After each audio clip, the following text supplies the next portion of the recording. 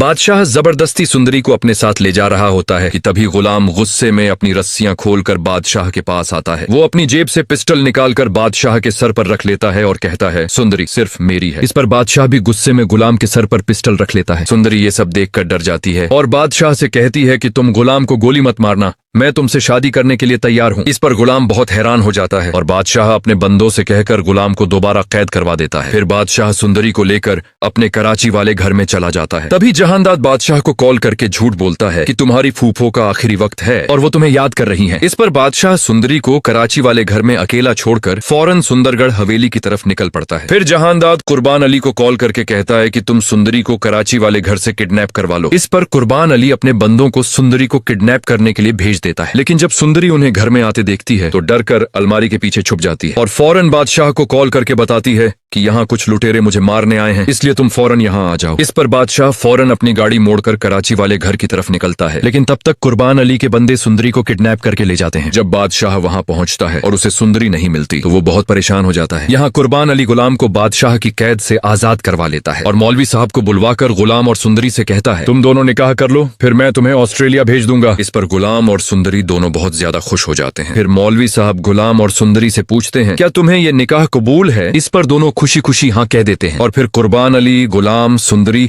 और लाजो अम्मा को एयरपोर्ट ले जाता है। यहाँ बादशाह सुंदरी की लोकेशन ट्रेस करता है तो लोकेशन एयरपोर्ट की निकलती है। इस पर बादशाह फौरन एयरपोर्ट की तरफ निकलता है। वहाँ एयरपोर्ट पर गुलाम, सुंदरी और लाजो अम्मा एरोप्लेन पर जाने ही वाले होते हैं कि तभी बादशाह वहाँ आ जाता है और जब वो सुंदरी को गुलाम के साथ देखता है तो गुस्से में अपनी जेब से पिस्टल निकालकर गुलाम पर गोली चला देता है। गोली सीधा गुलाम के बाजू में लग जाती है और इस पर सुंदरी बहुत रोने लगती है। फिर कुर्बान अली के बंदे गुलाम को तुरंत अस्पताल ले जाते हैं और कुर्बान अली बादशाह से कहता है कि मैंने गुलाम और सुंदरी का निकाह करवाया था। इस पर बादशाह गुस्से में हवेली जाता है और मुर्ग को तलाक दे देता है और मुर्ग घर जाकर कुर्बान अली को बताती है कि सुंदरी की वजह से बादशाह ने मुझे तलाक दे दी है। इस पर कुर्बान अली को बहुत गुस्सा आता है और वो अपने बंदों से कहकर बादशाह और सुंदरी दोनों को गोली मारने का हुक्म देता है। यहाँ जब बादशाह सुंदरी से जबरदस्ती निकाह कर रहा होता है तो तभी कुर्बान अली के बंदे इन दोनों पर फायर करते हैं, लेकिन बादशाह सुंदरी के आगे आ जाता है और सारी गोलियां सीधे बादशाह के सीने में उतर जाती हैं। सुंदरी बादशाह के खून से लथपथ हो जाती है और कुर्बान अली के बंदे वहां से भाग जाते हैं। जावेद फौरन बादशाह को अस्पताल ले जाता है। जब ये खबर जहांदाद को मिलती है तो वो और साहिब जान भी फौरन अस्पताल पहुंचते हैं। डॉक्टर जहांदाद को बताते हैं कि बादशाह के सीने में गोली लगने की वजह से